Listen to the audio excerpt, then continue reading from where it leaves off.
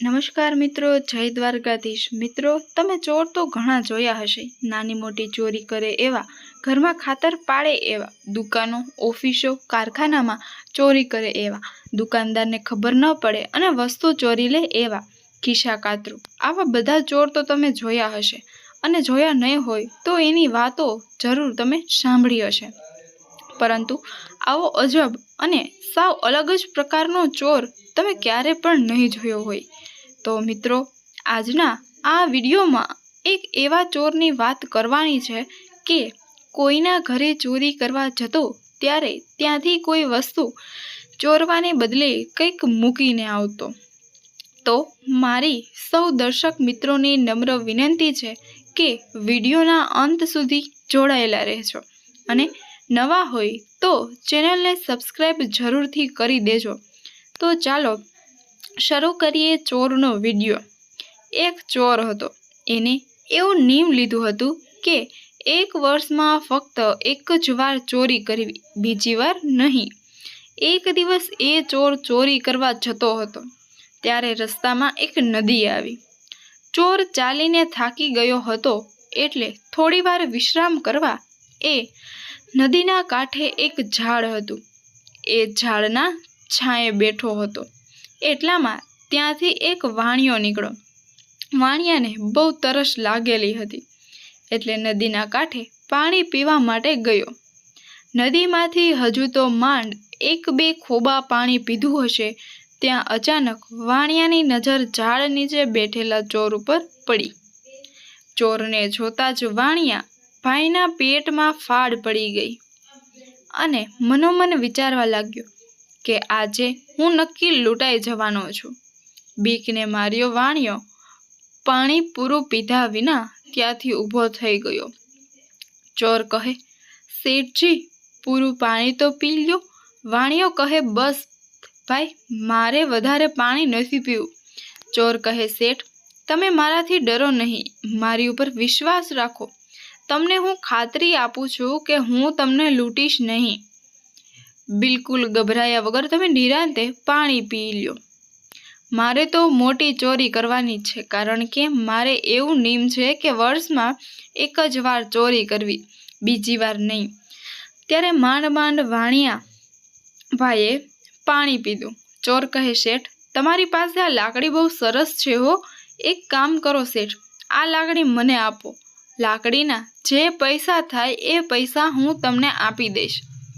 ચોરની આ વાત સાંભળીને વાણિયાના મોઢા ઉપરથી લોહી ઉડી ગયું કારણ કે એની પાસે જે કાંઈ હતું એ બધું લાકડીની અંદર હતું। વાણિયો બોલ્યો કે ભાઈ, મારાથી લાકડી વગર ચલાય એમ નથી। લાકડીને ટેકે ટેકે તો હું ચાલું છું। જો હું આ લાકડી તમને આપી દઉં તો પછી હું ચાલુ કેવી રીતે? અહીં વગડામાં બીજી લાકડી મારે ક્યાં ગોતવા જાવી? ચોરે જબરજસ્તીથી વાણિયા પાસેથી લાકડી ઝૂંટવી લીધી અને કહ્યું કે શેઠ, આ લાકડીની અંદર શું છે? વાણિયો કહે, કંઈ નથી, કંઈ નથી। લાકડીમાં શું હોય? લાકડી જેવી લાકડી છે।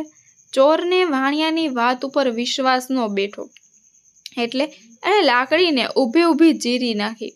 ત્યાં તો અંદરથી જેની કિંમત ન આંકી શકાય એવા 4 અમૂલ્ય રત્નો નીકળ્યા। દાંત કાઢીને ચોરે કીધું કે શેઠજી, મેં તમને નહીં લૂંટવાનું અભય વચન આપ્યું હતું, છતાં તમે મારી પાસે ખોટું કેમ બોલ્યા? લ્યો શેઠ, આ તમારા રત્નો। હવે મને એ ના ખપે। તમે કયા ગામ જાઓ છો? એટલે વાણિયાએ કહ્યું કે ઉજ્જૈન નગરી જાવું છે। જો તમે ઉજ્જૈન નગરી જાતા હો તો વીર વિક્રમને એટલું કહેજો કે આજે રાત્રે હું ચોરી કરવા આવીશ, માટે હોશિયાર રહે।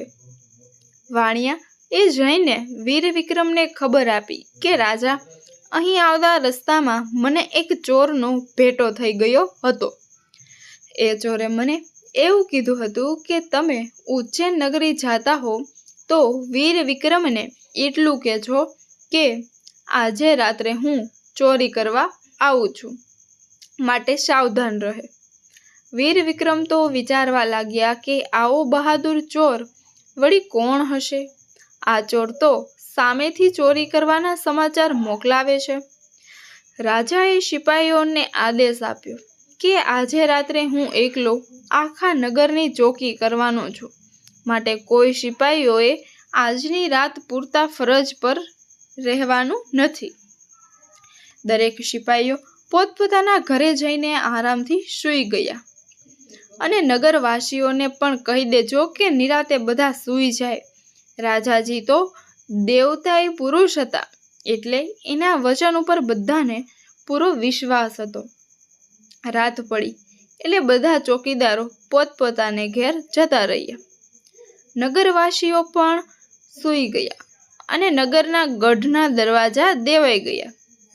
રાજા ચોરનો વેશ ધારણ કરીને એકલા નગરની અંદર ગઢની રાંગે રાંગે ફરવા લાગ્યા. ફરતા ફરતા એક જગ્યાએ ઊભા રહ્યા. એને એવું લાગ્યું કે અહીંથી કદાચ ચોર ગઢની રાંગ ઉપરથી ઉતરીને પ્રવેશ કરશે. ત્યાં તો બહારથી પેલો ચોર ગઢ ઉપર આવ્યો. ચોરે જોયું કે અંદર એક આદમી ઊભો છે, એટલે તે પાછો ઉતરવા જતો હતો. ત્યાં તો રાજાએ સિસોટી મારી. ચોર લોકોની એવી ટ્રીક હોય છે કે જ્યારે એ લોકો કોઈ જગ્યાએ ચોરી કરવા જાય ત્યારે ચોરી કરતી વખતે ઘરના કોઈ સભ્ય જાગી જાય તો પકડાઈ જવાની બીકે ચોર લોકોને ભાગવામાં સરળતા રહે એટલા માટે અંદરો અંદર એકબીજાને સિસોટી મારતા હોય છે. ચોરને જોઈને રાજાએ પણ એવી સિસોટી મારી. આ સિસોટી સાંભળી ચોર સમજ્યો કે આ કોઈ મારો જ ધંધાભાઈ લાગે છે, એટલે ચોર તરત નીચે આવ્યો. રાજાએ કહ્યું કે ચાલ મિત્રો, હું તારા જેવો જ છું અને આ નગરનો હું જાણકાર અને ભોમ્યો છું. ચાલ, હું તને ચોરી કરવાના સારા સારા ઠેકાણા બતાવું. બંને જણા ચાલતા થયા. ચાલતા ચાલતા એક સાહુકારનું ઘર આવ્યું. રાજાએ ચોરને ધીમા અવાજે કહ્યું, મિત્ર, આ ઠેકાણું સારું છે, અહીંથી ઘણો માલ મળશે. અંદર જવાનો રસ્તો પણ રાજાએ બતાવ્યો. ચોરે અંદર પ્રવેશ કર્યો અને જુએ છે તો શેઠ અને શેઠાણી ભર ઊંઘમાં સૂતા હતા. ચોર આમ તેમ જોઈને તિજોરી ગોતવા લાગ્યો. ત્યાં તો ઊંઘમાં ને ઊંઘમાં શેઠાણી બોલ્યા કે કોણ છે ભાઈ? આ સાંભળીને તરત ચોર બહાર નીકળી ગયો. રાજાને કહે કે ચાલો બીજા ઘરે, અહીં ખાતર નથી પાડવું. રાજા કહે કા શું થયું? કેમ નથી ખાતર પાડવું? શેઠાણીએ તો મને ભાઈ કીધો. ભાઈથી બહેનના ઘરમાં ચોરી ન કરાય, બહેનનું લેવાય નહીં. બહેનને તો કાંઈક દેવાય, એનું લેવાય નહીં. એમ કહીને ચોર પાછો અંદર ગયો. પોતા પાસે બહેનને આપવા જેવું બીજું તો કંઈ ન હતું, પણ હાથની આંગળીમાં સોનાની એક વીંટી પહેરેલી હતી. તે વીંટી શેઠાણીની પથારીમાં મૂકી આવ્યો. પછી બંને જણા બીજા સાહુકારના ઘરે પહોંચ્યા. ચોર અંદર ગયો. ત્યાં શેઠાણી સૂતેલા હતા. ચોરનો હાથ એક મીઠાની ગુણ ઉપર પડ્યો. એના મનમાં એમ હતું કે આ સાકરની ગુણ છે. સાકર તો સારા સુકનમાં વપરાય, એટલે એને સાકર સમજીને એક ગાંગડો મોઢામાં મૂક્યો. ત્યાં તો સાકરના બદલે મીઠું નીકળ્યું. ચોર તરત જ બહાર નીકળી ગયો. રાજા કહે, કેમ એલા શું થયું? ચોર કહે કે ભાઈ, આ ઘરનું મીઠું મારા પેટમાં ગયું, એટલે હવે મારાથી લૂણ હરામી ન થવાય. ચાલો હવે ત્રીજા ઘરે જઈએ. રાજાને થયું કે આ તો ચોર છે કે પછી સંત છે. ચોર અને રાજા બંને ત્રીજા ઘરે ગયા. રાજાએ અંદર જવાનો રસ્તો દેખાડ્યો. ચોર અંદર જઈને અંધારામાં તિજોરી ગોતવા માટે આમ તેમ હાથ ફેરવતો હતો. ત્યાં તો એનો હાથ એક જુવારના કોથળામાં ગયો. ચોર તરત બહાર નીકળી ગયો અને રાજાને કહ્યું કે ભાઈ, શુકન તો સારા થયા. જુવારની ગુણ હાથમાં આવી, પણ જે ઘરમાં સારા શુકન થયા હોય એ ઘરને કઈ થોડું લૂંટાય છે. એ શુકન તો હવે ફોલવાના. ચાલો હવે ચોથે ઠેકાણે જાય. રાજા કહે ચાલ. ત્યારે હવે રાજમહેલમાં જાય અને ત્યાં જઈને ખાતર પાડીએ. બેઉ જણા ગયા રાજમહેલમાં. રાજમહેલની અંદર દાખલ થયા. જઈને જુએ છે તો એક પણ ચોકીદાર ન જોયો.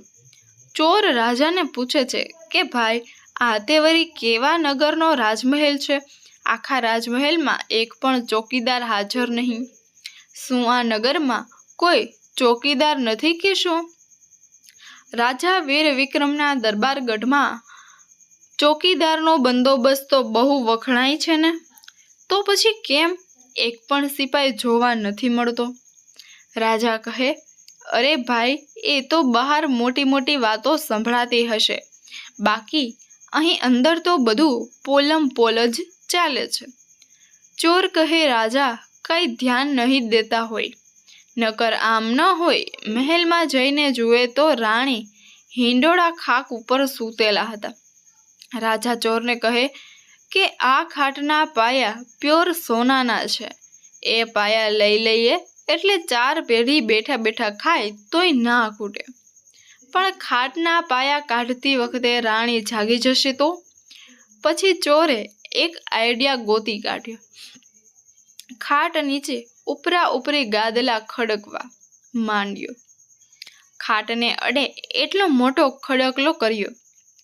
પછી છરી લઈને 4 બાજુથી ખાટની પટ્ટી કાપી નાખી, એટલે રાણીનું શરીર નીચે ગાદલા ઉપર હતું અને એના ઉપર રહી ગયું. પછી ચોરે ધીરે ધીરે ખાટના કડા સાંકળમાંથી કાઢી નાખ્યા અને પછી આસ્તેથી ખાટની ખેંચી લીધી અને એને વીખીને 4 પાયા જુદા કરી નાખ્યા.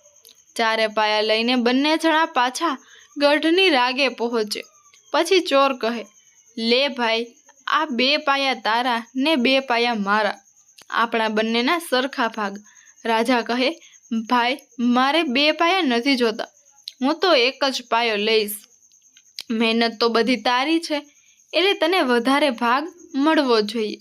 ચોર કહે, ના ભાઈ, તારી મહેનત વધારે છે, કારણ કે ચોરી કરવાના ઠેકાણા તો તે બતાવ્યા હતા, એટલે વધારે ભાગનો હકદાર તો તું કહેવાય. જો તે આવું સરસ ઠેકાણું ના બતાવ્યું હોત તો આ સોનાના પાયા આપણા હાથમાં ક્યાંથી આવત? એટલા માટે તારી મહેનતના પ્રમાણમાં તને વધારે ભાગ મળવો જોઈએ. ત્યાં તો એ જ વખતે બરાબર ઝાડ ઉપરથી એક ચીબરી બોલી, એટલે તરત ચોરે રાજાને કહ્યું કે રાજા, મેં તમને ઓળખી લીધા છે. રાજા, હું તમને શાબાશી આપું છું, કારણ કે તમારા જ રાજમહેલમાં તમે જ માથે ઊભા રહીને ચોરી કરાવી. ત્યારે રાજા હસી પડ્યા અને ચોરને કહ્યું કે સૌથી પહેલાં તું મને એ કહે કે તે શી રીતે જાણ્યું કે હું રાજા છું? ચોરે કહ્યું, રાજાજી, હું ફક્ત માણસની જ બોલી સમજું છું, એવું નથી, પંખીની બોલી પણ હું સમજું છું.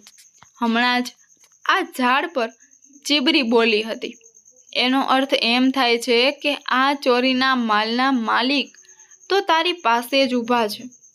આ સાંભળી રાજાએ ચોરની ચતુરાઈના વખાણ કર્યા અને ચોરને શાબાશી આપી. રાજા ચોરને પોતાના મહેલે લઈ ગયા અને બીજે દિવસે મોટી કચેરી ભરી સભામાં ચોરને ઇનામ આપ્યું અને એની નીતિ નિયમના વખાણ કર્યા. એની નેક ટેક અને એની ઈમાનદારીની રાજાએ કદર કરી અને એને રાજમાં ઊંચા હોદ્દા પર નોકરીએ રાખી લીધો. તો મિત્રો, આ ચોરના દ્રષ્ટાંત ઉપરથી આપણે એવો બોધ લઈ શકીએ કે માણસ પોતાના જીવનમાં નીતિ નિયમો પાળે, હક નીતિનું કમાય, હકનું ખાય, ઈમાનદારીથી પોતાનો નોકરી ધંધો કરે તો એક દિવસ એને જરૂર સફળતા મળે છે. એમાં કોઈ શંકા નથી. અને સૌથી મોટી વાત તો એ છે કે સત્યને વળગી રહેવું જોઈએ. સત્યને વળગી રહેવું એટલે સત્ય બોલવું, સત્ય પાળવું, સત્યનું આચરણ કરવું. આમ કરવાથી આપણી આંતરિક શક્તિ અને બળ વધે છે. સત્યની જો આપણે રક્ષા કરશું તો સત્ય આપણી રક્ષા કરશે, પરંતુ સત્યનો જો આપણે ત્યાગ કરીશું તો પછી આપણને કોઈ નહીં બચાવી શકે.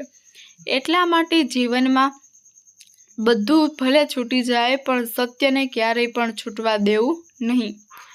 ચોર સત્યને વળગી રહ્યો તો રાજાએ એની કિંમત કરી અને એની ઇજ્જત કરી અને રાજ દરબારમાં એને ઊંચા હોદ્દા ઉપર નોકરીએ રાખી લીધો. મિત્રો, આવો છે નીતિ નિયમ પાળવાનો અને સત્ય બોલવાનો પ્રભાવ. મિત્રો, આ વિડીયો પસંદ આવ્યો હોય તો લાઈક કરજો.